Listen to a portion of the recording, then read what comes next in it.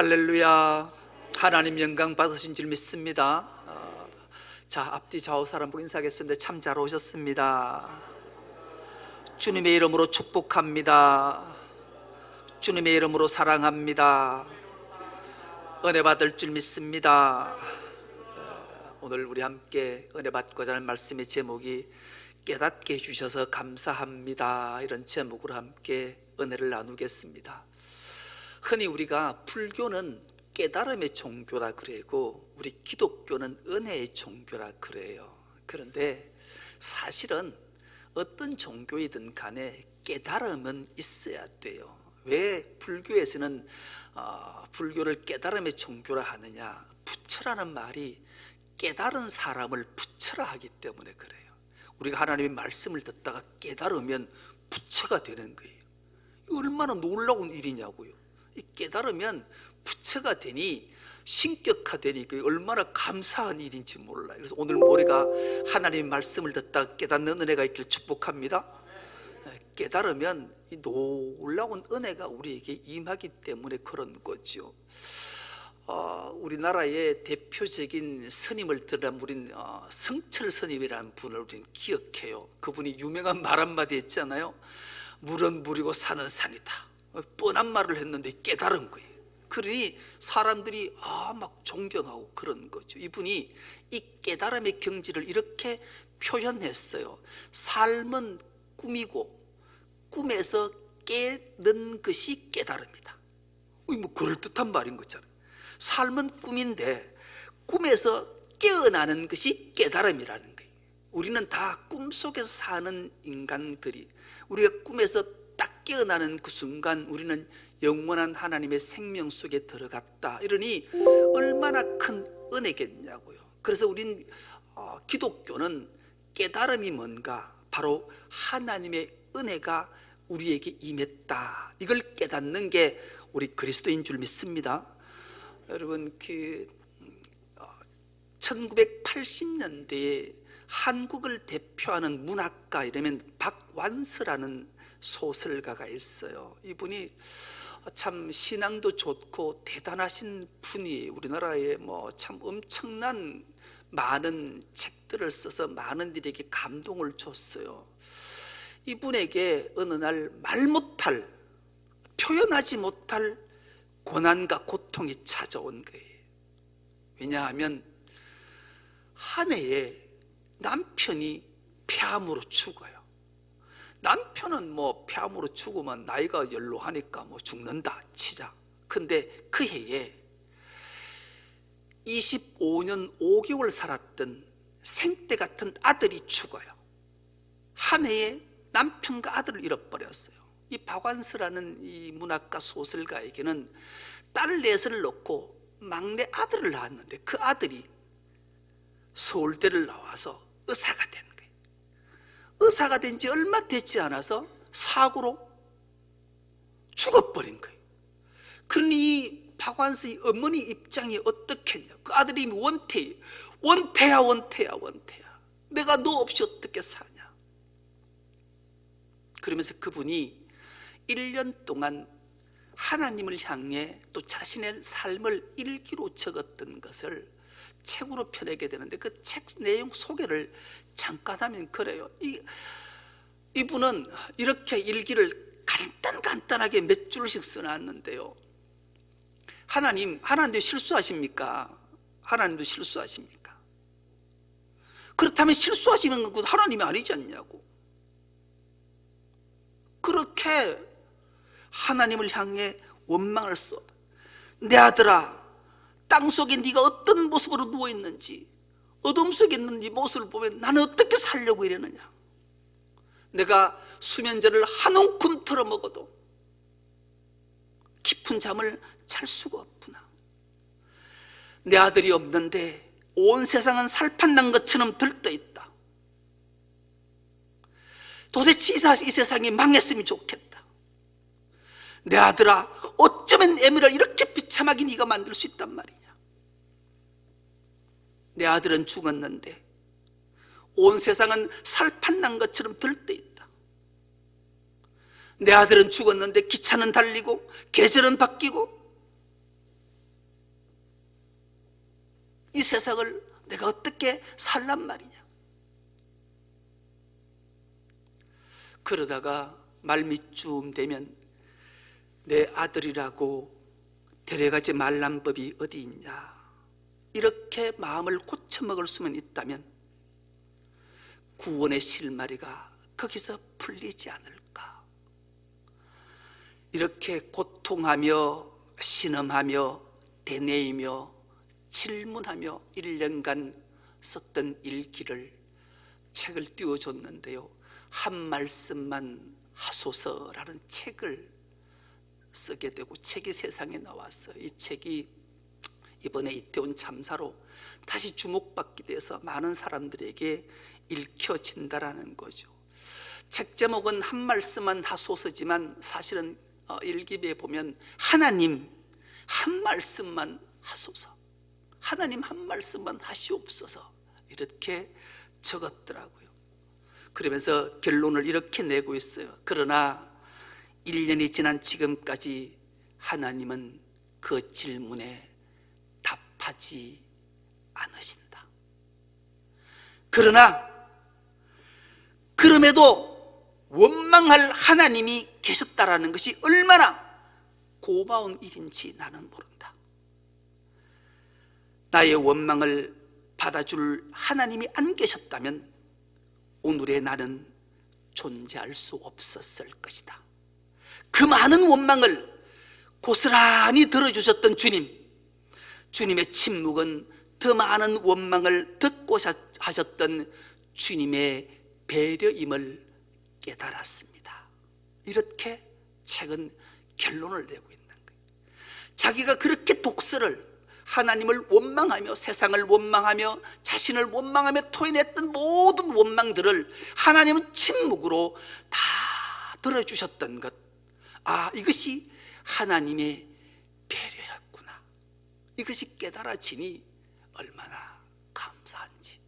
이렇게 이 책은 결론을 내고 있어요. 우리가 신앙생활하면서 고난과 어려움을 만날 때, 또 다음 주일은 추수감사주일로 지키는데요, 한 해 동안 하나님이 나에게 베풀어 주셨던 그 은혜를 깨닫게 될 때 우리는 얼마나 하나님 앞에 감격할 수 있는가를 알게 되는 거예요. 특히 오늘 본문이 왜 우리가 이 본문을 통해서 하나님의 그 놀라우신 은혜와 사랑을 깨달아야 하는지, 그 말씀이 오늘 본문이 우리에게 들려주시는 주님의 음성인 줄 믿고 깨닫는 은혜가 있길 축복합니다. 오늘 본문이 이렇게 시작합니다. 그는 허물과 죄로 죽었던 너희를 살리셨도다.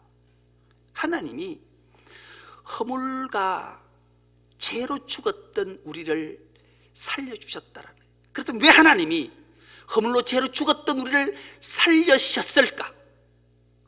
그 이유를 2절과 3절은 이렇게 표현하고 있습니다. 그때에 너희는 그 가운데서 행하여 이 세상 풍조를 따르고 공중의 건세 잡은 자를 따랐으니 곧 지금 불순종의 아들들 가운데서 역사하는 영이라. 전에는 우리도 그 가운데서 우리 육체 욕심을 따라 지내며 육체와 마음이 원하는 것을 하여 다른 이들과 같이 본질상 진노의 자녀였더니, 이렇게 말씀해요.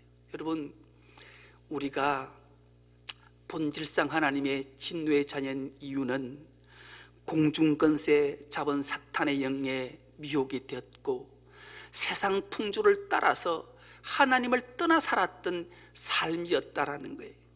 이런 우리를 성경은 뭐라고 표현하는가? 허물과 죄로 죽었던 자다, 이렇게 성경은 우리에게 알려주고 있어요. 여러분, 우리는 허물과 죄로 죽었던 자인 줄 믿습니다. 동의하십니까? 동의하셔야 돼요. 우리는 이 하나님의 말씀 한마디, 허물과 죄로 죽었던 자라는 게 동의가 안 되면 하나님의 은혜와 사랑을, 구원을, 하나님의 놀라운 은총을 깨달을 수 없기 때문에 그런 거예요. 여러분, 우리가 착각하는 것 중에 하나가 내가 인생을 살다가 허물 많고 죄가 많아서 죽을 거야, 이런 착각할 때가 있어요. 그거 아니에요. 우리는 허물과 죄 때문에 죽을 존재가 아니라 이미 허물과 죄로 죽었던 존재라는 거예요. 허물과 죄 때문에 죽을 존재가 아니라 허물과 죄로 죽었던 존재를 하나님이 살리셨던 거예요. 이 이유를 성경은 뭐라고 우리에게 잘 설명해 주는가? 최초의 범죄자 아담이 범죄하잖아요. 자기 눈이 밝아졌어요. 그러자 아담이 가장 먼저 한 일은 자기 치부를 가리려고 숨었어요. 그럴 때 하나님이 이렇게 말씀하시잖아요. 아담아, 너 왜 그런 죄범했어?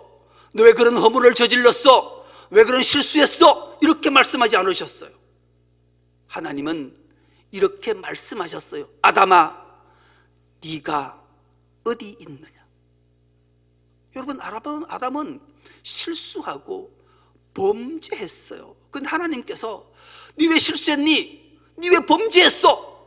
이렇게 말씀하지 않으셨다니까요. 네가 어디 있느냐? 네 위치를 말하는 게 위치. 그러니 우리는 본질상 죄와 허물로 죽었던 자라는 거예요. 이게 생물학적으로 우리가 생명이 끊어졌다 이런 뜻이 아니에요.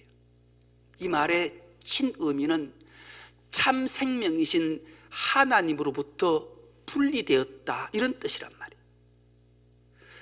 생명이신 하나님께로 분리된 건 죽은 거예요. 여러분,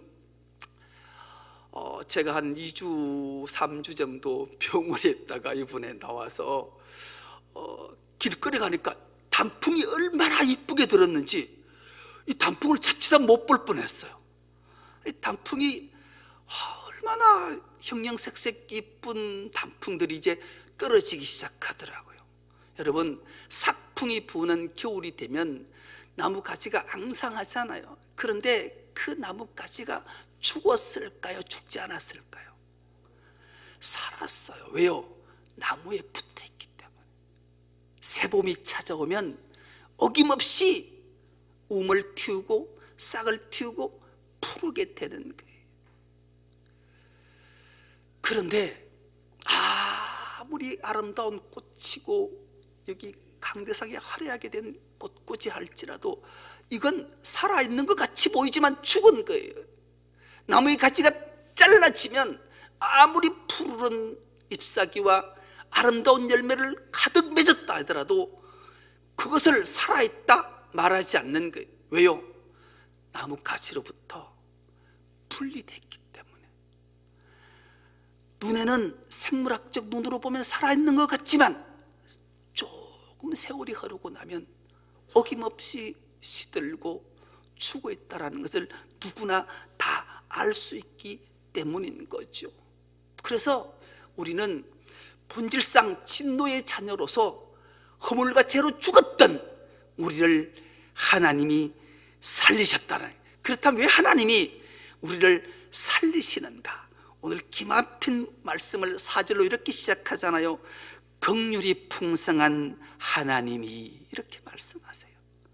여기에 한 단어가 빠져 있는데 대라는 단어, 대라는 단어는 그러나 우리가 마땅히 악한 영을 쫓아가고 세상 풍조를 따라 살고 하나님의 진노로 살 수밖에 없었지만, 그러나 긍휼이 풍성하신 하나님이, 라함의 하나님이, 엘레에모네스의 하나님께서 우리를 긍휼히 여기셔서 우리를 살리시는데 기막힌 말씀을 하세요. 4절입니다. 5절입니다. 긍휼이 풍성하신 하나님이 우리를 사랑하신 그 큰 사랑을 인하여 허물로 죽은 우리를 그리스도와 뭐와 함께 살리셨고 너희는 은혜로 구원을 받은 것이라. 아멘. 여러분, 이 5절 말씀 중에 살리셨다라는 게 포인트가 아니에요. 우리가 가장 깨닫고 큰 은혜를 받아야 될 다드 하나는 함께.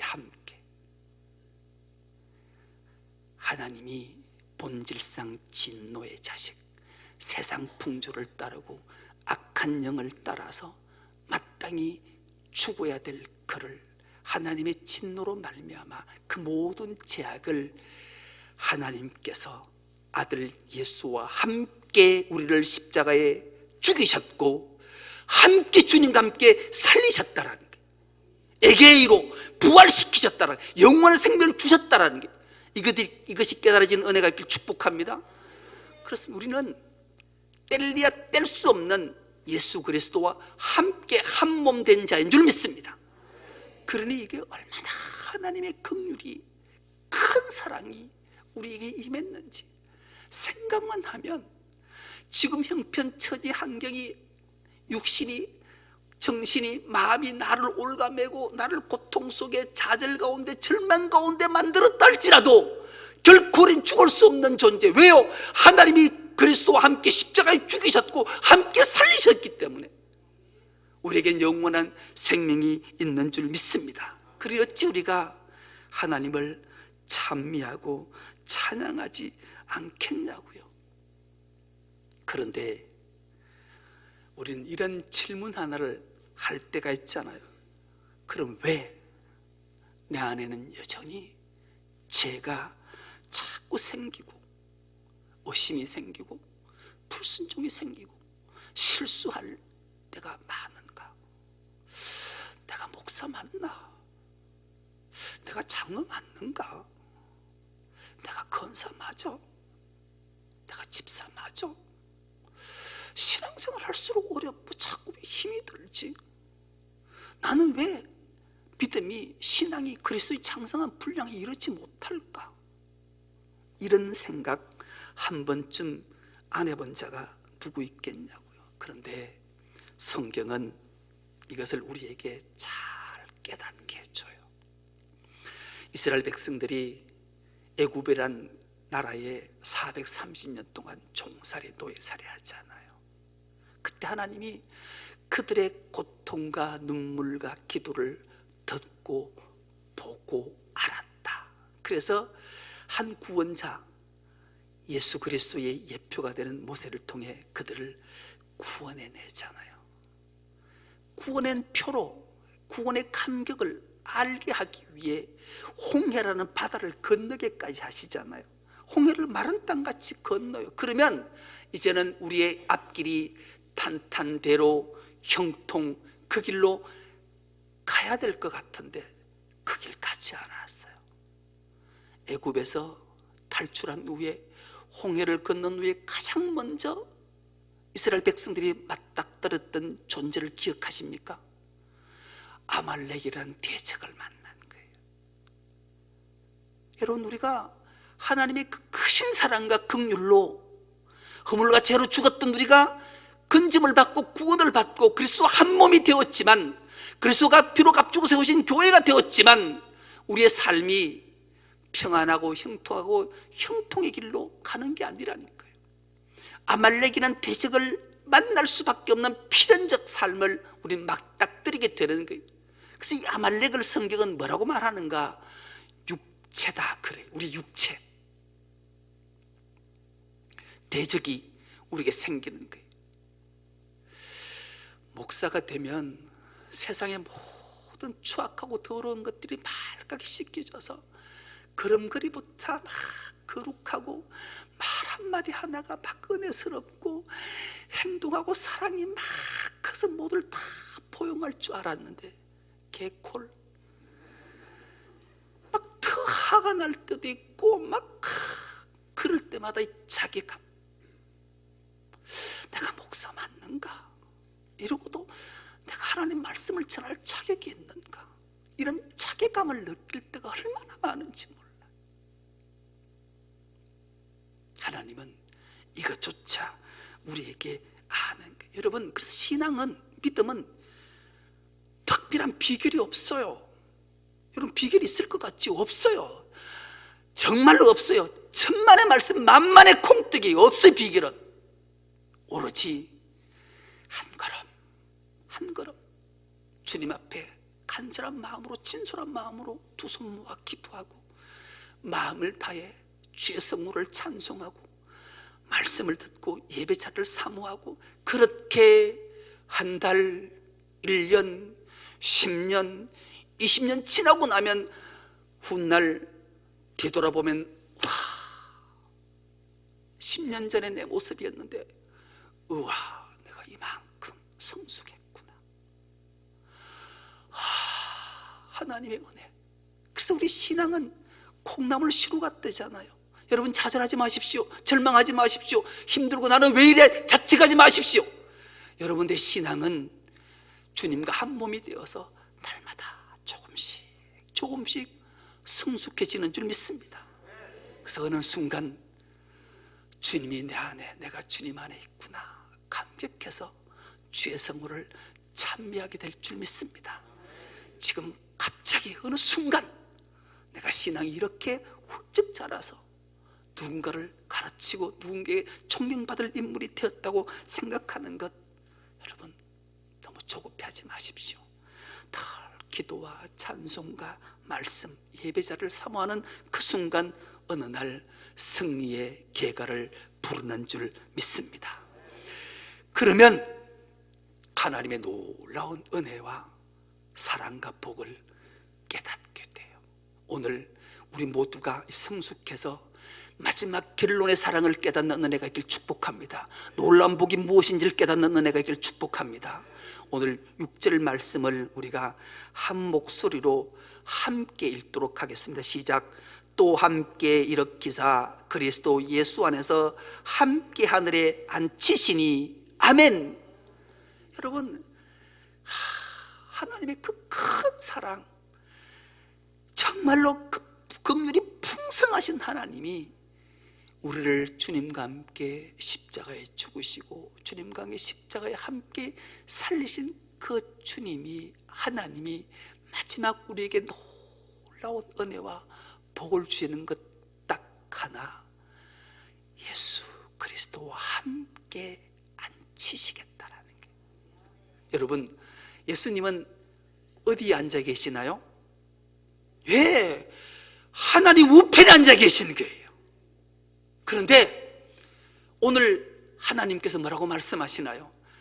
하나님께서 나를 예수님과 함께 하나님 우편에 앉히시겠다라는 게, 놀라운 은혜가 깨달아지는 은혜가 있길 축복합니다. 여러분, 우편이라는 것은 단순히 오른쪽에 있다는 얘기가 아니에요. 상속자를 뜻하는 거예요. 하나님의 창조주의 상속자로 예수님을 우편에 앉히셔서 그분이 재림주로 오실 때 온 천하를 심판하시는 권세까지, 권능까지 다 그분에게 위임하셨다라는 거예요. 그것을 예수님께만 하신 것이 아니라 우리에게도 함께 해주시겠다 약속의 말씀을 주시니 어찌 우리가 감격하지 않으시겠냐고요. 우리가 주님과 함께 하나님 우편에 앉으신 줄 믿습니다. 얼마나 감격스러운 말을 하시는지. 또 함께 일으키사, 그래서 예수 안에서 함께 하늘에 앉히셨대요. 하나님 우편에 앉히셨대요. 그러니 우리는 이게 늘 생각하면서 막 감격.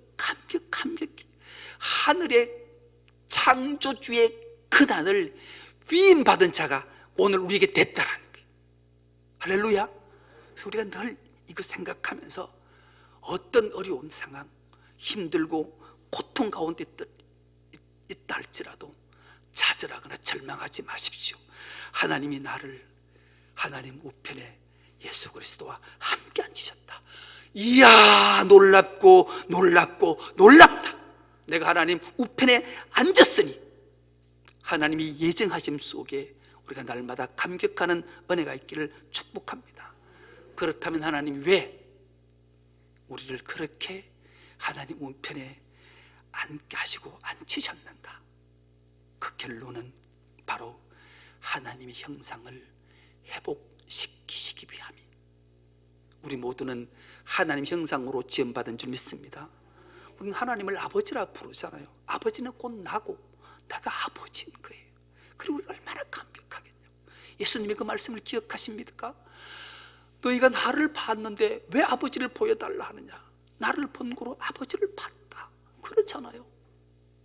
우리가 흔히 씨도둑질 못한다 하잖아요. 우린 씨도둑질 못해요. 우린 하나님 형상대로 지음받았으니까 우린 하나님인 거예요. 하나님 아버지, 우리 아버지가 나가 아버지가 되는 이 놀라운 은총을 하나님이 주셨다라는 거예요. 그래서 우리는 마지막 10절은 이렇게 말씀합니다. 우리는 그가 만드신 바라 그리스도 예수 안에서 선한 일을 위하여 지으심을 받은 자니 이 일은 하나님이 전에 예비하사 우리도 그 가운데 행하게 하려 하심이니라. 아멘. 여러분, 선한 일이라는 말, 착한 일이란 말은 구적으로 또 세상적으로는 많은 의미를 담고 있지만 성경이 말하는 선한 일은 뭘까요? 선한 일은 바로 하나님을 자랑하는 거예요. 내 아버지를 자랑하는 거예요. 그리고 나를 그 아버지 자녀로 삼고 하나님 아버지 우편에 앉게 하시는 예수 그리스도의 십자가를 자랑하는 게 선한 일이에요. 우리 중성교회 모든 건속들은 날마다 하나님을 자랑하고 예수 그리스도의 십자가를 자랑하는 우리가 되어서 하나님의 크신 영광을 드러내고 하나님의 크신 복과 크신 은혜와 크신 사랑 속에 날마다 승리하는 우리 모두가 될 수 있기를 간절히 기도합니다. 하나님 아버지, 고맙고 감사합니다. 하나님의 그 크신 긍휼과 그 큰 사랑을 깨닫게 하시니 감사합니다. 우리 모두가 날마다 하나님을 자랑하며 십자가를 자랑하는, 그래서 하나님의 크신 영광을 드러내는 주의 모든 건속들 다 되게 하여 주옵소서. 감사드리오며 예수님의 이름으로 기도드리옵나이다. 아멘.